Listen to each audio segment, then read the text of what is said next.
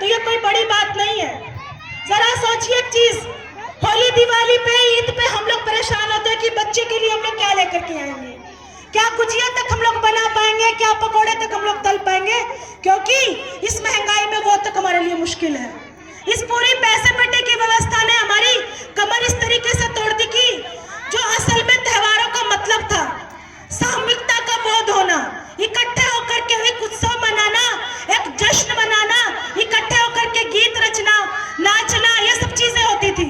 लेकिन जिस तरीके से ही सारा मशीनीकरण का युग आया है, कारखाने आने लगे, उसी तरीके से सारी चीजें भी पीछे हटती गई। एक और चीज आई, मैंने एक चीज बोली, पूंजीवाद, यानी कि पैसे पेटे की व्यवस्था, जिसने सारी चीजों को आज बाजार में तब्दील कर दिया और उसने त्योहारों को भी एक बाजारू चीज के लिए ही तब्दील कर दिया।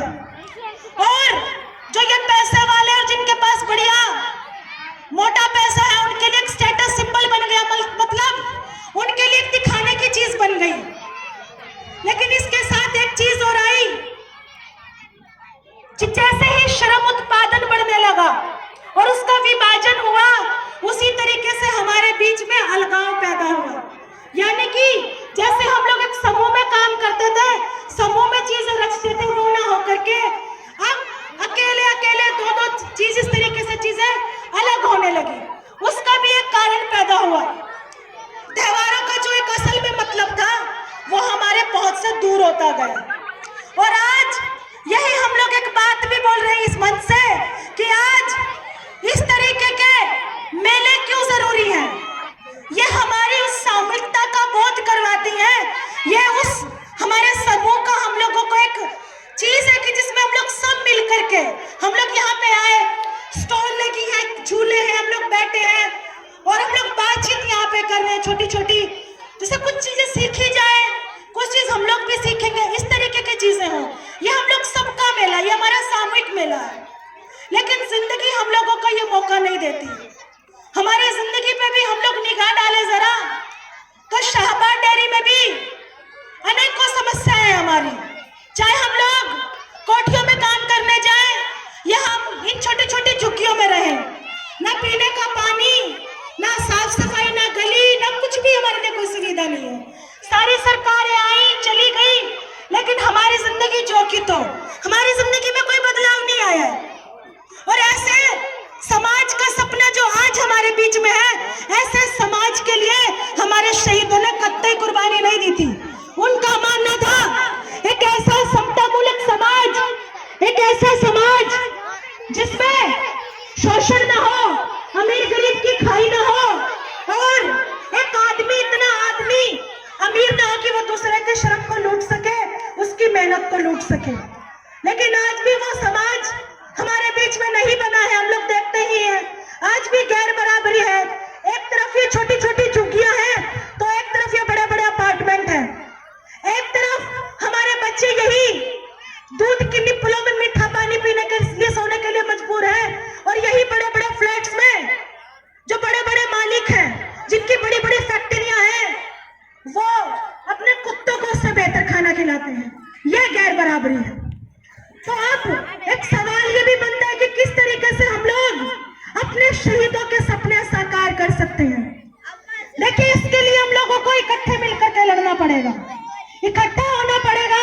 और जाहिरा तौर पे आज जितनी भी ये पार्टियां हैं, आज चाहे कोई भी हो, भाजपा, कांग्रेस, आम आदमी पार्टी, बसपा या कोई भी हो, ये नहीं हम लोगों के शहीदों के विचार हम लोगों के बीच में लेकर के आ सकते। ये लोग लाएंगे, फोटो रखी, माला चढ़ाई, चले गए।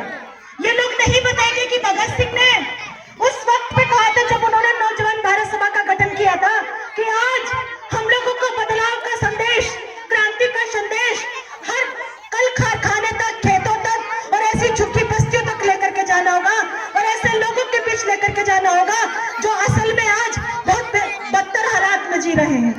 उनका साफ मानना था कि आज जनता की लड़ाई जनता के दम पे खड़ी की जाएगी, और उसी का आह्वान करते हुए भारत की क्रांतिकारी मजदूर पार्टी भी एक लंबे समय से इसी संघर्ष को लड़ रही है। भारत की क्रांतिकारी मजदूर पार्टी किसी भी एनजीओ से, किसी भी कॉर्पोरेट घराने से या किसी भी सरकार से, किसी भी ये चुनाव पार्टियों से हम लोग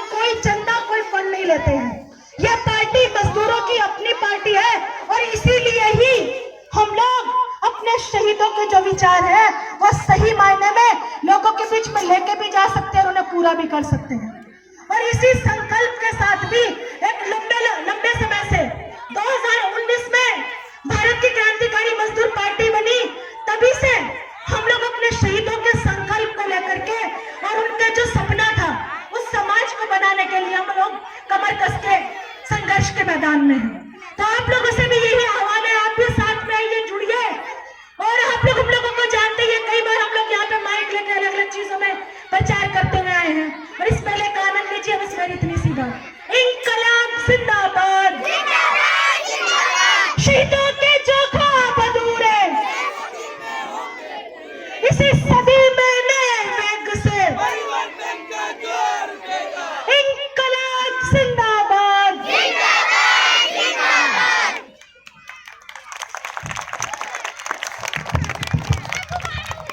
बिल्कुल